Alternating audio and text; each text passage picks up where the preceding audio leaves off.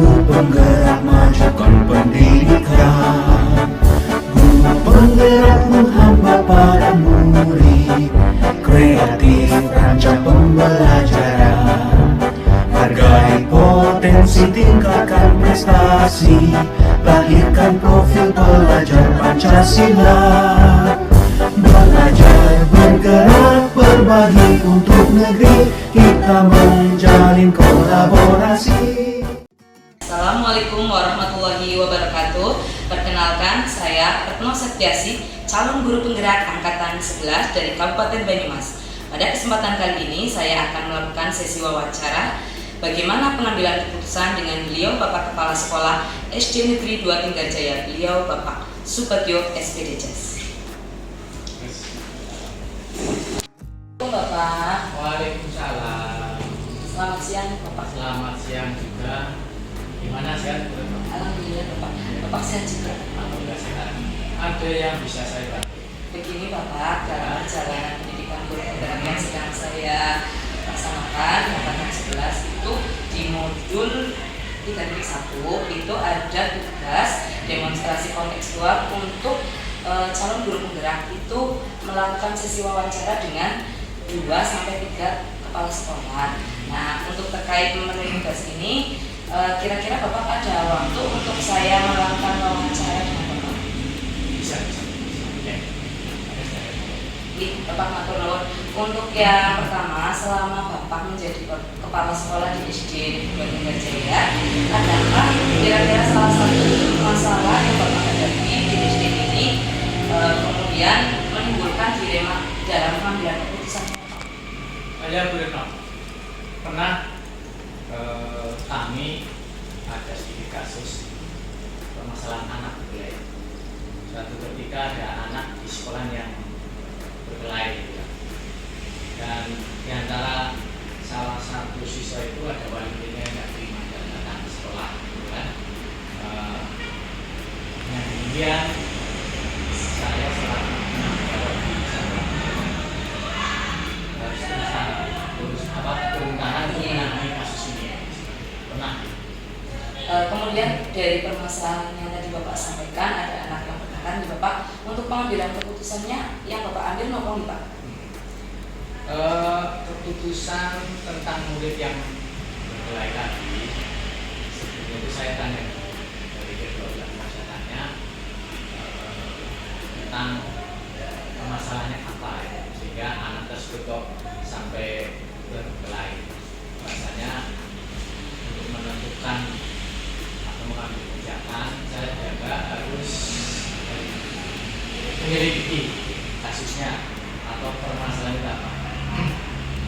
Dan untuk penyelidikan itu waktunya kami juga berbeda di antara waktu itu tidak bersama-sama, berbeda waktu, tapi dalam waktu yang sama, dalam hari yang sama, karena saya tidak akan berlarut-larut untuk menyelesaikan masalah tersebut. Dari yang Bapak sampaikan tadi, menurut saya keputusan yang Bapak ambil itu sudah luar biasa, sangat baik. Jadi dari modul yang saya pelajari di modul 3.1 ini ada 2 jenis dilema nih Bapak, yaitu dilema etika, yaitu ketika ada kebenaran lawan kebenaran, dan ada bujukan moral, benar lawan salah begitu. Kemudian menurut Bapak, bagaimana Bapak dalam mengidentifikasi kasus yang Bapak hadapi, yang mana apakah itu merupakan dilema etika ataupun mana yang bujukan moral begitu? Saya harus tahu dulu Bu Retno tentang kasusnya.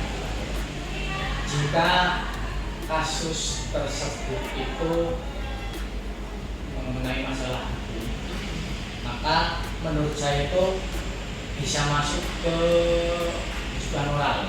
Kalau dalam kasus itu masuk ke ranah hukum, maka itu saya menggunakan atau masuk ke dalam bujukan moral. Tapi manakala kasus yang saya hadapi itu memiliki pilihan yang saya anggap itu benar, maka itu termasuk dalam dilema Kemudian Bapak, bagaimana ketika Bapak itu menjalankan pengambilan keputusan di sekolah, terutama untuk kasus-kasus bila mana ada dua kepentingan yang sama-sama benar atau mengandung nilai kebajikan Bapak? Saya harus mengambil keputusan berdasarkan nilai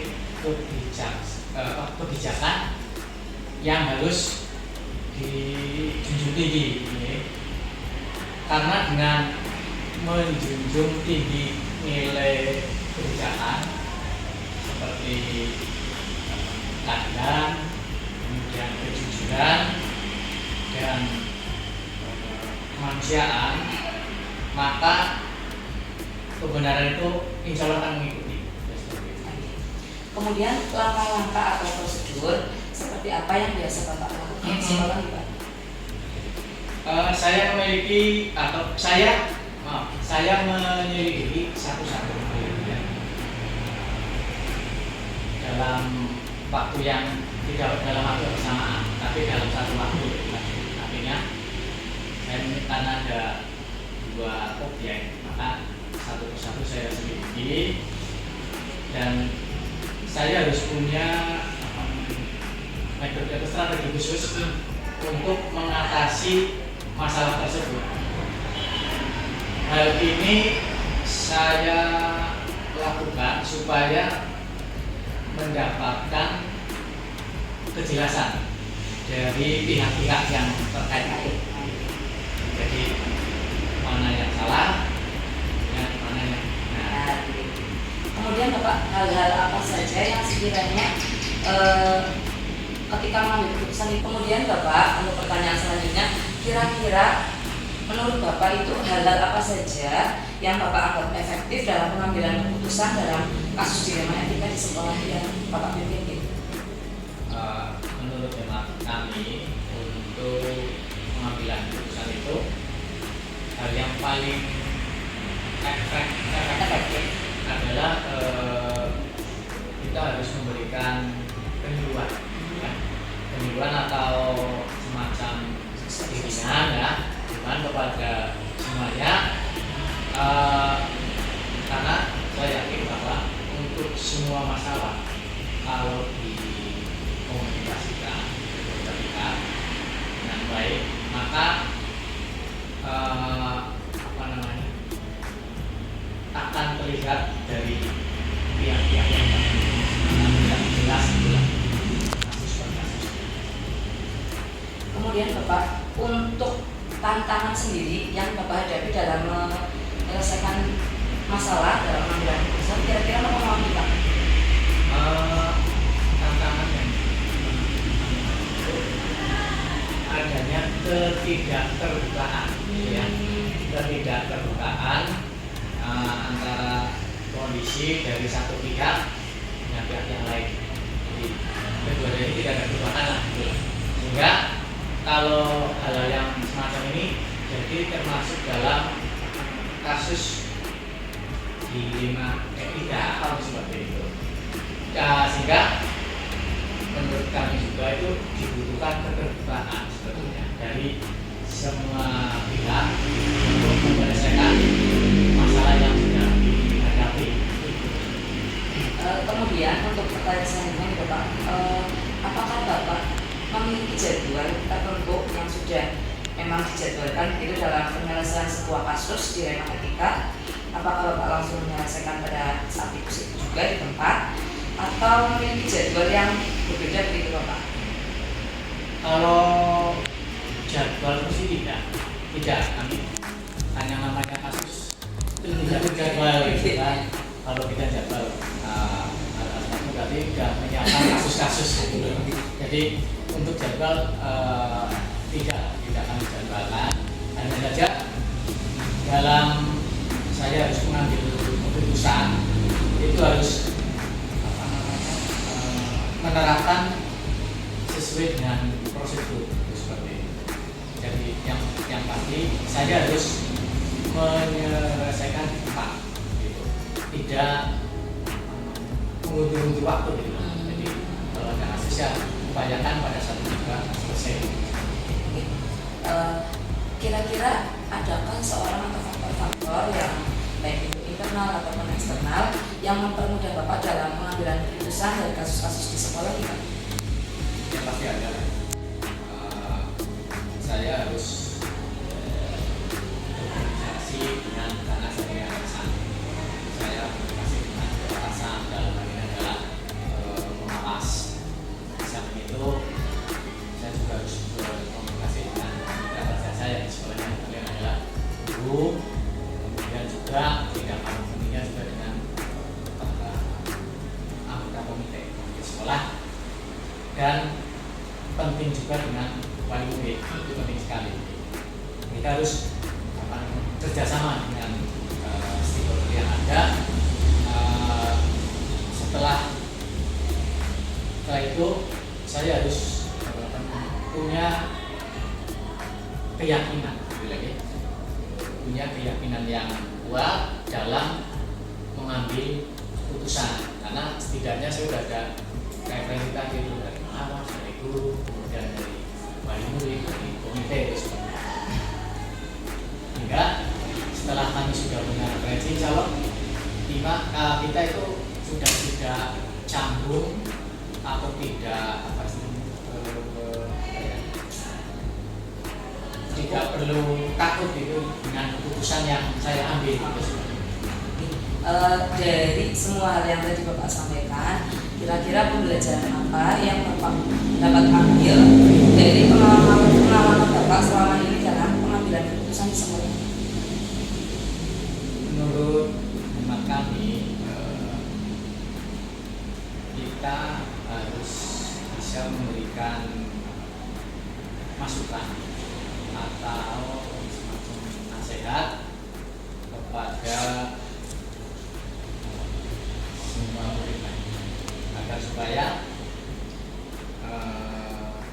selalu berbuat baik pada teman, pada dengan para guru atau mungkin yang pasti pada sekolah di sekitar itu.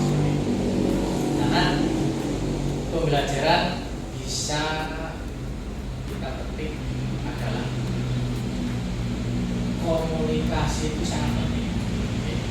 Komunikasi yang baik itu sangat penting. Kemudian juga keterbukaan. Jadi komunikasi yang baik serta keterbukaan suatu kondisi itu kiranya dapat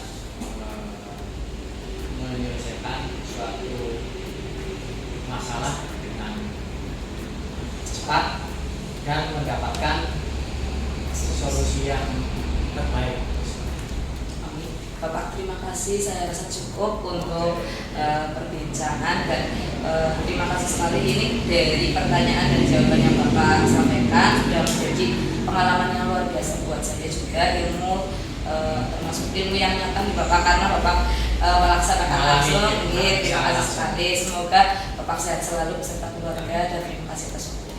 Sekarang Bapak. Terima kasih juga, sukses di mudah-mudahan nanti selesai iklan ya, pelatihan calon muda dan mendapatkan hasil yang memuaskan yang endingnya itu bisa diterapkan.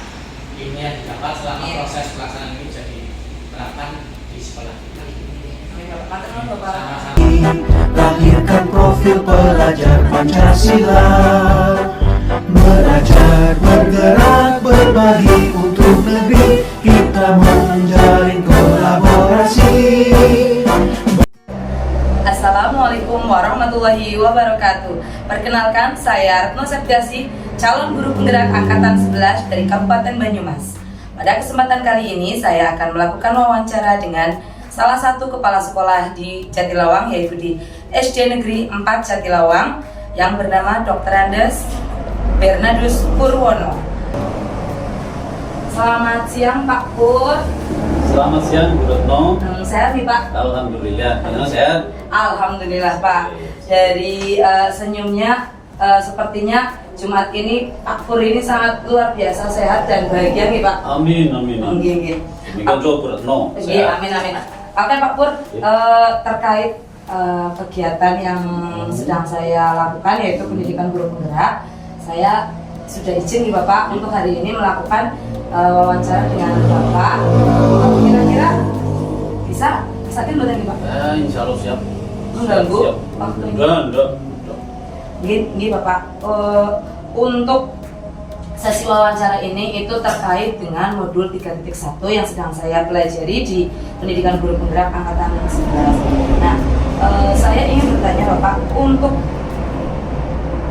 Bapak sebagai Bapak kepala sekolah itu terkait pengambilan keputusan di sekolah yang Bapak pimpin, itu Bapak menggunakan cara ataupun teknik yang bagaimana nih Pak? Untuk beberapa hal terkait dengan permasalahan manajemen itu melihat kasusnya, sehingga apa yang dipertanyakan oleh panjenengan semacam apa ada permasalahan di jelas sekolah kan terdiri dari beberapa karakter anak, karakter guru, karakter teman penjaga, termasuk santri. Jelas-jelas itu ada permasalahan. Jadi pasti ada lah ya Pak, orang nggak, entah itu dari masalah kecil-kecil kan yang memang harus selalu diselesaikan gitu, kalau tidak yang kecil mau nanti semakin membesar begitu nih Pak. Kemudian cara atau kiat-kiat Bapak ketika menyelesaikan masalah yang Bapak hadapi berarti tadi dengan bagaimana nih Pak? Nah ini berpengalaman Retno, sehingga dari tahun ke tahun saya lebih ada pendewasaan ketika memang kepala sekolah itu bermasalah. Tapi nakal lusa baya senang tamu dari kepala sekolah. Dan itu menjadi kembangan ketika permasalahan itu terselesaikan dengan tidak ada saling menyakiti. Dan itu biasanya menyangkut siswa yang disiplin. Kemudian di situ ya ada sedikit yang nakal-nakal. Kemudian kalau memang teman guru ya biasa sama disiplin. Kemudian tupoksinya kurang, ya kami peringatkan. Kalau masalahnya terlalu rumit, apalagi menyangkut permasalahan pribadi, saya biasanya diskusi Empat mata ya Pak? Ya, 4 mata kami undang permasalahan nomor dan kepala sekolah peka biasanya. Ketika ada teman guru yang pagi raut wajahnya Kurang kurang sih. kepala sekolah paling peka. Karena ibaratnya bisa dikatakan Bapak itu kan sebagai orang tua ini tidak hanya untuk murid-murid tetapi juga untuk rekan guru nih Pak. Tadi kan Bapak sampaikan ada mungkin beberapa kasus, entah itu dari untuk yang anak-anak begitu, yang siswa dan Bapak Ibu guru di sekolah yang Bapak pimpin, itu untuk keputusan yang diambil itu biasanya tadi yang untuk menyangkut kedisiplinan itu seperti apa Pak untuk penyelesaiannya? Kalau kedisiplinan secara umum untuk anak biasanya pada saat upacara menyerah, saya menyampaikan itu kaitannya dengan kedisiplinan masuk, istirahat, kebersihan lingkungan, kebersihan pribadi, yang saya penekanan merujuk itu pada kebersihan lingkungan sekolah, sehingga menjadi budaya ketika memang biasalah yang namanya anak-anak itu ketika membeli makanan, apalagi kelas rendah, begitu selesai makan langsung bekerja. Kelas rendah juga kami selalu mengingatkan di upacara di sini itu kebersihan pribadi, kaitannya dengan mandi secara pribadi, kaitannya dengan memakai baju. Kelas tinggi mungkin itu kaitannya dengan kebersihan cara mencuci baju, itu harus dilatih. Dan itu kan udah daftar tiket. Iya. Kenapa itu tidak? Nah, ketika memang sudah ada pembiasaan tiket, secara otomatis di rumah mesti ada pembiasaan untuk nyapu, untuk membantu seperti itu. Kalau guru ini ya kembali lagi lihat permasalahan. Ketika memang itu menyangkut komunitas seteman satu satuan pendidikan, kami dewan. Tapi kalau sudah menyangkut personal, kembali lagi. Sistematis nih Pak. Oke, dari apa yang Bapak sampaikan tadi menurut saya itu keputusan yang Bapak ambil sudah sangat bijaksana, sudah sangat solutif nih Bapak. Kemudian dari modul yang sudah saya pelajari di modul 3.1 itu ada sebenarnya ada 2 jenis dilema nih Bapak.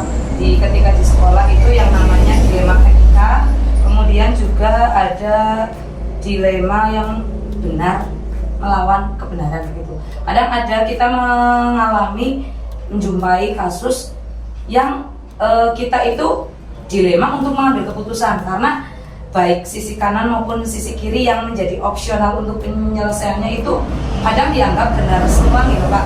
Kadang kan bisa seperti itu. Nah, menurut Bapak nih ya, Bapak itu dapat mengidentifikasi nomor pembuatan di kasus yang Bapak hadapi bila mana dilema etika yang mana merupakan bujukan moral. Kalau dilema etika mungkin seperti kayak ada anak yang pembelajaran itu nilainya kurang tapi harus tetap naik begitu. Nah, kalau bujukan moral mungkin terkait moral nggih, etika gitu. Nah, nggih. Menurut Bapak bagaimana nih Pak mengidentifikasi kasus yang termasuk dilema etika dan maupun yang bujukan moral begitu? Kami lingkup SDNPA itu kan berangkat dari desa, kemudian setengah kota, kemudian kota. Jatilawang ini itu setengah dengan pusat-pusat kereman yang ada itu sekarang justru permasalahannya itu pada etika itu, cara bahasa itu jangan sekarang Gaul-gaul ya Pak. termasuk juga pendidiknya itu kadang bahasa keseharian itu masuk. Contoh nyopet itu kan sedikit demi sedikit ada edukasi dari kepala sekolah, baik itu melalui dewan guru maupun mungkin waktu senggang istilah itu. Ketika masuk dalam etika itu biasanya hampir sama sudah. Tadi etika dan Bujukan moral. bujukan moral sini lebih tajam lagi. Itu kadang ya pengaruh medsos, media sosial. Iya betul. Apalagi anak-anak sekarang sudah dari ibaratnya bayi udah dipegangin HP ya Pak ya. Itu pengaruh banget. Ketika memang orang tua kurang pengawasan, guru di sekolah tidak selalu mengingatkan itu bahaya medsos itu seperti itu. Sekarang yang namanya anak SD SMP sudah punya guru, punya Geng ya Pak. Karena apa? Pengaruh media sosial. Itu yang kadang-kadang kita ya harus membatasi Aktif diri. juga ya. Ya, aplikasi yang banyak kita sampaikan ke Pak Guyuban kelas. Bagaimana Bu untuk menyiasati supaya semuanya tidak terakses online? Kan bisa membatasi aplikasi dulu. Iya betul. Yang YouTube Kids juga nih Pak. Iya. Jadi intinya harus ada kolaborasi yang baik antara pihak sekolah dengan orang tua gitu, pendidikan orang tua gitu. Kemudian menurut Bapak hal-hal apa saja yang sudah Bapak lakukan yang efektif tentunya dalam pengambilan keputusan di sekolah yang Bapak pimpin? Yang efektif. Oke. Efektif yo kembali lagi ke kebersihan lingkungan. Itu biasanya pembiasaan di SMP Jatilawang ketika selesai melaksanakan SKJ, SPI itu sudah dibuat. Hari Jumat ya Pak? Ya, hari Jumat itu biasanya ada kelompok-kelompok yang setelah SKJ langsung silakan untuk kelompok, silakan dibersihkan lingkungan sana kelompok 1, lingkungan tengah kelompok 2, termasuk latih. Memang sudah pembiasaan begitu, jadi sudah anak sudah melekat ya. Sudah terbiasa. Kemudian kira-kira tantangan yang dihadapi ketika menghadapi suatu kasus di sekolah yang Bapak pimpin itu kira-kira apa nih Pak? Tantangan itu eranya sekarang adalah digital. Itu tantangan terberat itu. Ketika seorang guru tidak menguasai ini, sedangkan muridnya lebih tahu dari lingkungan bermain, itu justru banyak di situ. Makanya guru ya harus menguasai IT itu. Jangan sampai kalah. Jangan sampai kalah ketika membuka website dan sebagainya, kemudian apa yang memang perlu, apa yang memang tidak boleh kan guru harus tahu, sehingga ada arahan dari guru. Yang intinya jangan sampailah beberapa aplikasi dibiarkan begitu saja, sehingga itu akan membentuk lahan karakter siswa. Intinya guru ya tidak harus melek teknologi Pak, jangan sampai kalah dengan muridnya. Iya, kayaknya kalau sekarang memang guru-guru itu sudah canggih-canggih lah. jangan sampai lah. Kemudian Bapak untuk faktor-faktor yang Bapak temui dan mempermudah Bapak untuk pengambilan keputusan. Jadi faktor-faktor yang mudah. Saya biasa berkolaborasi Bu dengan teman-temanku yang senior, biasa saya ajak untuk komunikasi. Ini loh ada kasus seperti ini, pengen seperti apa sih? Dan saya pengambil keputusan memang kalau kelas harus layak menjadi leader. Keputusan terakhir ada di kelas. Tapi sebelumnya ketika memang itu menjadi kasus yang besar dalam kampus, jadi kita tiru-tiru lah. Termasuk dulu pun juga menjadi ya kembali lagi lah. Ketika bermasalah secara personal ya kita personal. Tapi ketika memang menjadi komunitas umum ya kita sampaikan. Musyawarah mufakat lagi Pak. Yang ringan yang tidak usah terlalu berat. Ini. Kemudian menurut Bapak dari beberapa kasus pengalaman yang sudah pernah ditemui, itu pembelajaran apa yang Bapak dapat ambil dalam Bapak mengambil keputusan begitu? Pembelajarannya jelas itu menjadi pendewasaan seorang mahasiswa. Sehingga ketika ada temuan, apakah itu masalah secara pribadi, kelompok ataupun klasikal, di situ persoalan harus dan wajib untuk bisa menyelesaikan. Yang penting ada komunikasi antar dua dan sistemnya ya saling yang menguntungkan, jangan menyakitkan. Kalau menyakitkan kan tim prosedur dan macam kalau itu Intinya tidak otodidak ya Pak? Tidak. Apa otoriter? Otoriter zaman dulu. Iya. Kalau sekarang ya enggak lah, sudah eranya gitu. Oke Bapak, terima kasih sekali untuk waktu dan kesempatannya. Saya rasa dari apa yang unek-unek yang ada dalam benak saya sudah saya tanyakan ke Bapak dan sudah mendapatkan pencerahan. Terima kasih sekali. Semoga dari apa yang kita bicarakan pada kesempatan kali ini bermanfaat, dan saya terima kasih sekali Bapak untuk berbagi pengalamannya. Ini merupakan pengalaman yang berharga. Saya bisa belajar banyak dari Pak Pur begitu. Terima kasih nih Pak. Oke, sami-sami Bu Retno. Sukses selalu. Demikian wawancara saya dengan Bapak Kepala Sekolah di SD Negeri 4 Jatilawang, yaitu Dr. Andes Bernardus Purwono. Terima kasih. Wassalamualaikum warahmatullahi wabarakatuh.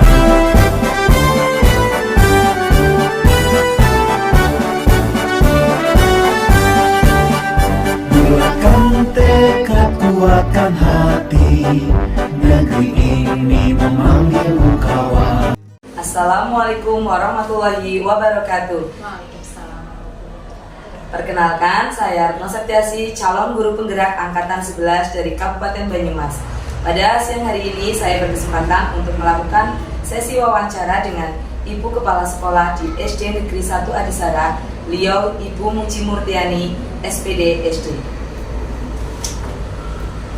Assalamualaikum Bu Muji. Waalaikumsalam Bu Retno. Sehat Bu hari ini? Alhamdulillah. Bagaimana kabar Bu Retno? Alhamdulillah sehat. Saya melihat senyum Bu Muji hari ini luar biasa, cantik sekali gitu. Terima kasih. Terkait pendidikan guru penggerak yang sedang saya laksanakan begitu, saya kemarin sudah WA dengan Ibu untuk melakukan sesi wawancara.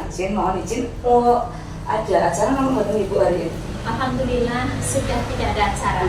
Berarti saya Ibu. Boleh. Oke, Bu. Selama Ibu menjadi pimpinan di SD Negeri Adisara ini, kira-kira adakah suatu masalah ataupun kasus yang Ibu temui begitu Bu? Ada Bu Retno. Salah satunya menyangkut kedisiplinan siswa yang masih sulit diterapkan di sekolah karena budaya lingkungan orang tua yang tidak mendukung. Jadi sebagian orang tua itu meninggalkan orang tuanya untuk mencari uang di luar kota. Bisa bisa saya meninggalkan. Ada Bu Retno, salah satunya menyangkut kedisiplinan siswa yang menjadi sulit diterapkan di sekolah. Kenapa? Karena budaya lingkungan orang tua yang tidak mendukung. Jadi sebagian orang tua itu meninggalkan anaknya untuk bekerja di luar kota. sehingga kurangnya pengawasan dari orang tua kepada anaknya. Ada juga siswa yang sering terlambat sekolah dan berperilaku yang tidak sesuai dengan aturan sekolah. Di satu sisi saya ingin menegakkan kedisiplinan, namun di sisi yang lain ada rasa kasihan karena kurangnya kasih sayang dari orang tua kepada anaknya. Ya, Jadi, tadi orang tuanya pergi bekerja, betul. karena untuk mencukupi kebutuhan begitu. Ini Iya. tentu menimbulkan dilema etik Ibu ya. Benar Nah, sekali. kemudian dari kasus yang Ibu temui ini, kira-kira dari permasalahan itu keputusan apa yang Ibu ambil Ibu? Saya melakukan komunikasi dengan wali kelas untuk dapat menelaah kembali keyakinan kelas yang sudah dibuat. Kemudian, jika masih saja belum ada perubahan, maka saya menyarankan kepada wali kelasnya untuk melakukan coaching kepada siswa agar dapat menemukan solusi dari permasalahan yang ada. Iya, dari apa yang Ibu sampaikan tadi jawabannya menurut saya itu keputusan yang Ibu ambil itu sudah sangat bagus Ibu, sudah sangat solutif. Jadi dari modul yang sudah saya pelajari di pendidikan guru penggerak itu ada 2 jenis dilema Ibu, dilema etik dan yang merupakan kebenaran versus kebenaran. Jadi kayak yang tadi Bu Muji, di satu sisi ingin memberikan hukuman, tetapi di sisi lain kasihan juga karena anak tersebut memang mungkin hidupnya dengan neneknya atau seperti itu mungkin. Kemudian ada juga rujukan moral yang merupakan kebenaran dari lawan kesalahan Ibu. Kemudian menurut Ibu sendiri, bagaimana Ibu itu dapat mengidentifikasi dari kasus yang Ibu temui di sekolah yang mana merupakan dilema etik dan mana yang merupakan rujukan moral Ibu? Tentu saja saya harus melihat dulu kasusnya. Jika kasus tersebut bisa menyangkut masalah hukum, menurut saya itu bisa masuk ke dalam rujukan moral. Kalau hukum, iya hukum. Tetapi jika suatu kasus yang saya hadapi memiliki pilihan yang saya anggap sama-sama benar, maka itu termasuk dilema etika. Jadi menurut Ibu bagaimana Ibu itu menjalankan pengambilan keputusan di sekolah yang Ibu pimpin, terutama untuk kasus-kasus yang ada 2 kemungkinan yang sama-sama benar dan mengandung nilai-nilai kebajikan itu. Ya, saya harus mengambil keputusan berdasarkan nilai kebajikan yang harus dijunjung tinggi. Ini kuncinya, berdasarkan nilai kebajikan. Karena dengan menjunjung tinggi nilai kebajikan seperti keadilan, kejujuran, dan kemanusiaan, maka kebenaran tentu saja akan mengikutinya. Mengalir Ibu. Betul. Kemudian dari tadi ketika Ibu menemui kasus, kemudian mengambil keputusan, tentu kan ada langkah-langkah yang Ibu laksanakan begitu. Kira-kira langkah-langkah ataupun prosedur yang Ibu lakukan untuk menyelesaikan masalah ini apa itu? Langkah yang pertama tentunya saya meminta guru kelas untuk berkomunikasi atau melakukan coaching tadi kepada siswanya. Jika belum ada perubahan, maka saya akan ikut melakukan coaching kepada siswa dan bila perlu juga melakukan komunikasi dengan wali murid. Jadi kolaborasi Ibu dari pihak sekolah dan orang tua. Kemudian kira-kira hal apa saja yang selama ini Ibu tempuh yang Ibu anggap efektif dalam pengambilan keputusan dari kasus-kasus yang ada di sekolah Ibu? Menurut saya hal yang paling efektif adalah komunikasi. Komunikasi itu kunci ya. Yang baik antara semua pihak yang terlibat dalam kasus tersebut. Itu yang utama. Nah, tadi Ibu sampaikan bahwa komunikasi itu paling penting Ibu. Nah, kemudian kira-kira tantangan-tantangan atau hambatan-hambatan yang sering Ibu temui dalam penyelesaian kasus di sekolah apa Ibu? Untuk tantangan yang saya hadapi yaitu tidak adanya keterbukaan kondisi dari suatu pihak. Jadi dalam kasus dilema etika ini dibutuhkan keterbukaan dari semua pihak tentunya dalam menyelesaikan masalah tersebut. Kemudian tadi disampaikan ada hambatan tentu Ibu. Nah, ketika menemui hambatan, tentu ketika Ibu akan menyelesaikan suatu kasus ada jadwal ataupun waktu tertentu begitu. Nah, kira-kira apakah ibu itu membuat jadwal dalam penyelesaian kasus ataupun ibu langsung saat itu juga begitu, Bu? Jika jadwal tertentu itu mungkin tidak ada.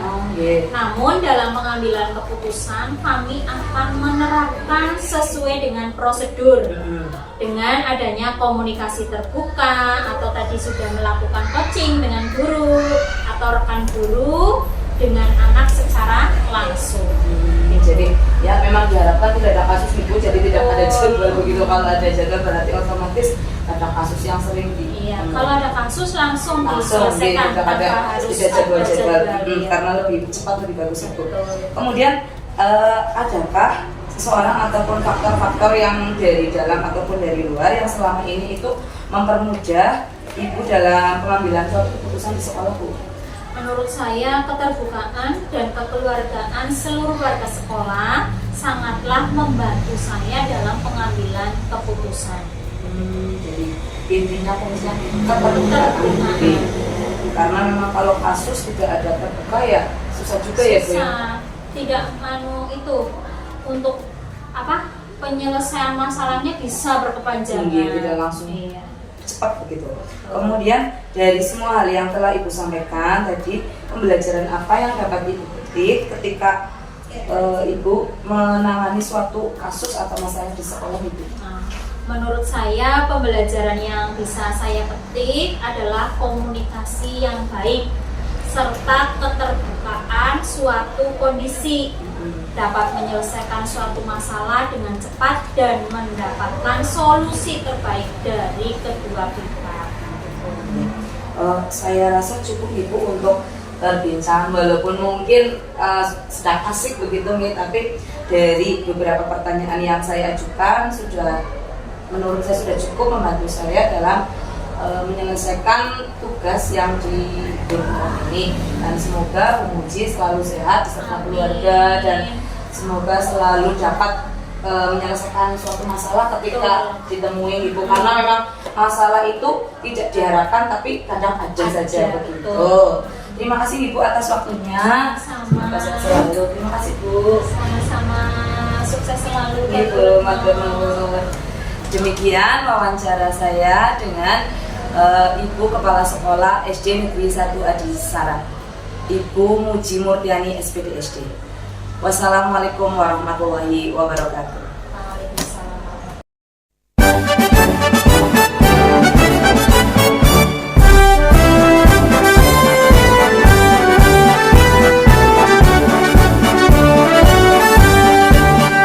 Bulatkan tekad, kuatkan hati, negeri ini memanggilmu kawan.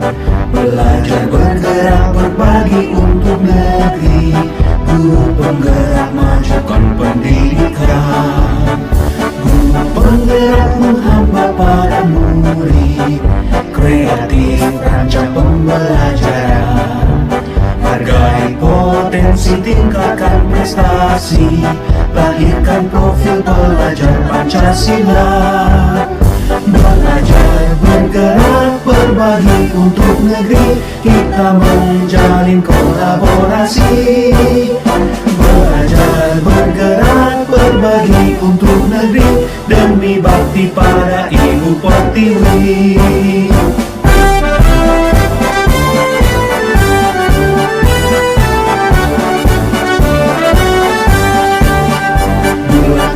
Tekad, kuatkan hati, negeri ini memanggilmu kawan.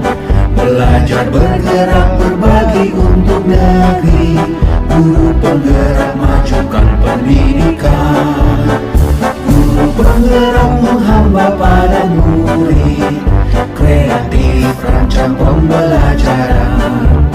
Hargai potensi, tingkatkan prestasi, lahirkan profil pelajar Pancasila. Belajar, bergerak, berbagi untuk negeri, kita menjalin kolaborasi. Belajar, bergerak, berbagi untuk negeri, demi bakti pada Ibu Pertiwi. Belajar, bergerak,